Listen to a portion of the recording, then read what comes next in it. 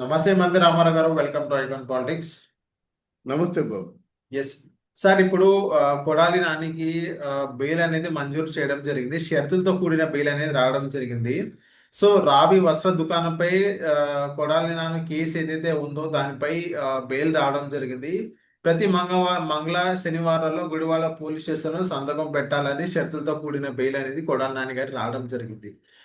ఈ బెయిల్ పట్ల మీ అభిప్రాయం ఏంటి? ఇంకా కొడాలి నాని గారి మీద చాలా కేసులు అనేది ఫైల్ అవ్వడం జరిగింది. సో మళ్ళీ ఇప్పుడు కొడాలి నాని గారు బయటే ఉన్నారు. ఒకరి తర్వాత ఒకరు మళ్ళీ కొడాలి నాని గారు మళ్ళీ అరెస్ట్ చేసి మళ్ళీ బెయిల్ తెచ్చుకుని ఈ యోచనలో కూటమి ప్రభుత్వం ఉందంటారా, లేకపోతే మళ్ళీ లోపల పెట్టే యోచనలో కూటమి ప్రభుత్వం ఉందంటున్నారా లేదంటున్నారా? ఇది ఇక్కడ కొడాలి నాని బెయిల్ మీద రావడం అన్నది ముందుగా ఊహించిందే మా బోటి వాళ్ళు. ఎందుకంటే ఆయన తప్పించుకొని తిరుగుతున్నాడంటే ఈ తప్పించుకొని తిరిగే సమయంలో ఆయన చేసే ప్రయత్నం బెయిల్ కోసం.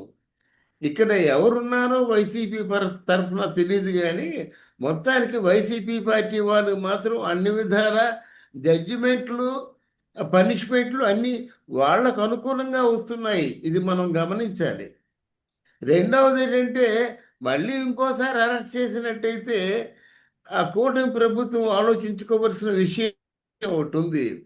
అది కక్ష సాధింపు చర్యలాగా ఉంటుంది. ఓసారి అరెస్ట్ వారెంట్ ఇచ్చారు అని బెయిల్ తెచ్చుకున్నాడు, మళ్ళీ అరెస్ట్ వారెంట్ ఇస్తారు, బెయిల్ తెచ్చుకుంటాడు, తర్వాత ఇంకేదో పెద్ద కేసు పెట్టి ముగిస్తారు. ఇది ఎలా ఉంటుంది? కక్ష సాధింపు చర్యలాగా ఉంటుందని కూటమి ప్రభుత్వం వాళ్ళు గమనించాలి. ఒకటి, వాళ్ళకి ఎలాగా వాళ్ళ తాలూకు కోవర్ట్లు, వాళ్ళ తాలూకు సపోర్టర్స్, వైసీపీ పార్టీ తాలూకు సింపథైజర్స్ ఉన్నారనే విషయం మనకి తేటతెల్లమవుతుంది. లేకపోతే కొడాలి నాని ఎవరైనా క్షమిస్తారండి?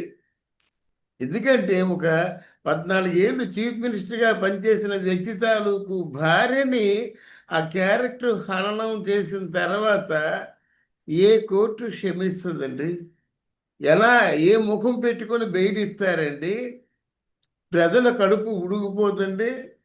ఎప్పుడు ఆయన కన్నీరు కాచినటువంటి చంద్రబాబు నాయుడు గారు ఉక్కిరి బిక్కిరై ఏడ్చాడండి. జనం గుండెల్లో అది ఉంది. వాళ్ళు అంత తొందరగా మర్చిపోతే ఎలాగవుద్ది? కానీ కొడాలి నానికి బెయిల్ ఇవ్వడం మాత్రం ఎంత మాత్రం కూడా అది హర్షించదగ్గ విషయం కాదు. అది మన ప్రజాస్వామ్యానికే వ్యతిరేకం. మీ ప్రజాస్వామ్యంలో ముఖ్యమైనటువంటి దాని తాలూకు స్లోగన్ ఏంటి? ప్రజల చేత, ప్రజల కొరకు, ప్రజల వలన పరిపాలించే విధానాన్ని ప్రజాస్వామ్యం అంటారు. ఇక్కడ ప్రజల్ని ఎక్కడైనా వాళ్ళు దృష్టిలో పెట్టుకున్నారా? ప్రజల మనోభావాలు దెబ్బతిన్నాయి కదా. ఒక 14 ఏళ్ళు ఆ ప్రజల కోసం అహిర్నిశలు పాటుపడ్డటువంటి ముఖ్యమంత్రి గారి తాలూకు భార్యని క్యారెక్టర్ హరణం చేస్తే కోర్టు దాన్ని పట్టించుకోదండి, పోరాపరాలు ఆలోచించదండి, బెయిల్ ఇస్తుందా? పైగా షరతులతో కూడిన బెయిల్ అన్నారు. బెయిల్ అంటే మనకి ముందు జ్ఞాపకం వచ్చేది ఏంటంటే, మన జగన్మోహన్ రెడ్డి గారికి కూడా బెయిల్ వచ్చింది. ప్రతి శుక్రవారం వచ్చి సంతకాలు పెట్టమన్నారు. అంటే 3000 వాయిదాల్ని ఎగ్గొట్టినటువంటి ఘన చరిత్ర ప్రపంచంలో ఎవరికి ఉండదు, ఒక్క జగన్మోహన్ రెడ్డి గారి తప్ప. ఇదండి ప్రజాస్వామ్యం, ఇదండి కోర్టులు చేసేటువంటి న్యాయం. న్యాయస్థానం ఇప్పుడు న్యాయం చేయాలండి. న్యాయస్థానం అన్యాయం జరగకూడదు కదా. అదే ఒక 2-3 వాయిదాలకి రాకపోతే సామాన్యుడికి ఎంత పెద్ద పనిష్మెంట్ ఉంటుంది, ఎంత ఘోరంగా మాట్లాడతారు. మీరు ప్రతి శుక్రవారం మంగళవారం రావాలి, సంతకాలు పెట్టాలంటే రాడండి. So what? రాకపోతే మీరేం చేస్తారు? అది చెప్పాలి కదా. ఎంత తేలిక ఏమండి సార్ ఇక్కడ కానీ కొడాలి నాని గారికి ఏదైతే ఇప్పుడు బెయిల్ వచ్చిందో అది ఏదైతే దానిపైన వచ్చింది, సరే బానే ఉంది. కానీ మా క్వశ్చన్ ఏంటంటే సార్, ఇక్కడ మళ్ళీ టీడీపీ గవర్నమెంట్ కొడాలి నాని మళ్ళీ అరెస్ట్ చేసే యోచనలో టీడీపీ గవర్నమెంట్ వాళ్ళు ఉన్నారా? ఎందుకంటే టీడీపీ గవర్నమెంట్ ఇప్పుడే మీరు చెప్పారు 16 సంవత్సరాలు చేసిన ఒక ముఖ్యమంత్రిని ఎలా బూతులు తిట్టారో.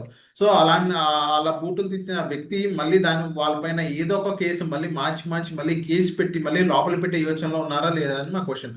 That's what I'm telling. ఇప్పుడు ఒక కంప్లైంట్ ఇచ్చారు. కంప్లైంట్ని సావధానంగా పరిశీలించిన మీదట ఆ కంప్లైంట్ తాలూకు వ్యాలిడిటీని బట్టి వాళ్ళు పనిష్మెంట్ ఇస్తారు. అంటే ఆ కంప్లైంట్లో ఏమి వాల్యూ లేదా, చెప్పుకోదగ్గ అంశాలు లేవా, పరిశీలించదగ్గ అంశాలు లేవా, పనిష్మెంట్ ఇవ్వదగ్గ అంశాలు లేవా?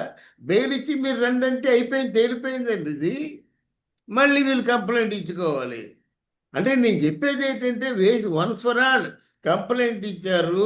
ఆ కంప్లైంట్లో ఉన్నటువంటి నిర్దిష్టమైనటువంటి సమాచారాన్ని ఫోకస్ చేసి దానికి ప్రజలకి ప్రజామోదయోగ్యంగా ఉండాలి పనిష్మెంట్.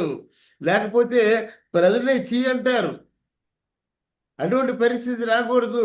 నేను న్యాయస్థానాన్ని తప్పుపట్టను, కానీ న్యాయస్థానం చేస్తున్న వ్యవహారంలో కొంత వెసులుబాటు కనిపిస్తుందని నేను అంటాను. కొంత వెసులుబాటు అలా కల్పించకూడదు. వన్స్ ఫర్ ఆల్ పనిష్మెంట్ ఇవ్వండి. లేదా కొడాళ్ళ అని ఏ తప్పు చేయలేదు, ఒకళ్ళు చేసినా చెల్లుబాటు అవుతుంది. ఎవరిని ఎన్ని తిట్లు తిట్టినా, ఎవరిని ఎన్ని ఎన్ని విధాన బూతులు మాట్లాడినా, లేకపోతే ఇంకేదైనా ఆయన తాలూకు రౌడీజం చేసినప్పుడు కూడా ఆయన చేసింది తప్పు కాదు అనేటువంటి నిర్ధారణకి ఎవరైనా వచ్చినట్టయితే వాళ్ళకు ఒక నమస్కారం. ఏమిటండి, ప్రభుత్వం తాలూకు ఆఫీసుల్ని సొంతంగా ఉపయోగించుకుంటాడా, క్యాజినో ఆడిస్తాడా, ఆ చీపు లెక్కర్ నమ్ముకుంటాడా? ఇన్ని నేరాలు చేసిన తర్వాత ఏమో బెయిల్ ఎలాగిస్తారండి?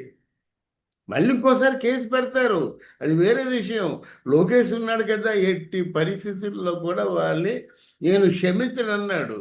మరి ఆ మాట ప్రకారంగా యంగ్ లీడర్ కనుక, యంగ్ అండ్ డైనమిక్ లీడర్ కనుక Lokesh will take the action. కానీ ఇన్నిసార్లు ఎందుకు అంటున్నాను నేను? వాట్ మై క్వశ్చన్ ఈజ్, ఏదో కంప్లైంట్ ఇచ్చారు, ఆ కంప్లైంట్లో ఉన్నటువంటి వ్యాలిడిటీ దాన్ని బట్టి పనిష్మెంట్ ఇస్తే బాగుంటుంది ఇక ముందైనా సరే. అది కాకుండా ఏదో నామకా వాస్తి పనిష్మెంట్ ఇచ్చేసి మీరు మంగళవారం శుక్రవారం రండి అంటే, అంతకుముందు మీరు ఇచ్చినటువంటి ఆ పనిష్మెంట్కి, అంతకుముందు పనిష్మెంట్ పొందినటువంటి జగన్మోహన్ రెడ్డి మీ తాలూకు వాయిదాలకు రమ్మన్నటువంటి కోరికను ఎంతవరకు మన్నించాడో అనుకుంటున్నాను నేను. అది ఓకే. 3000 వాయిదాలు రాకుండా ఉన్నాడంటే ఎంతవరకు కోర్టుని మన్నించాడు, దీనికి కోర్టు ఏ విధంగా రియాక్ట్ అవుతుంది అనేది మనకు కనిపించటం లేదు. అది నేను ప్రశ్నిస్తున్నాను. ఓకే. అర్థమైందా? అది నేను ప్రశ్నిస్తున్నాను అన్నమాట. Okay. So thank you sir, మైకాన్ పాలిటిక్స్ వచ్చినందుకు. థ్యాంక్ యూ అమ్మా, థ్యాంక్ యూ. రైట్.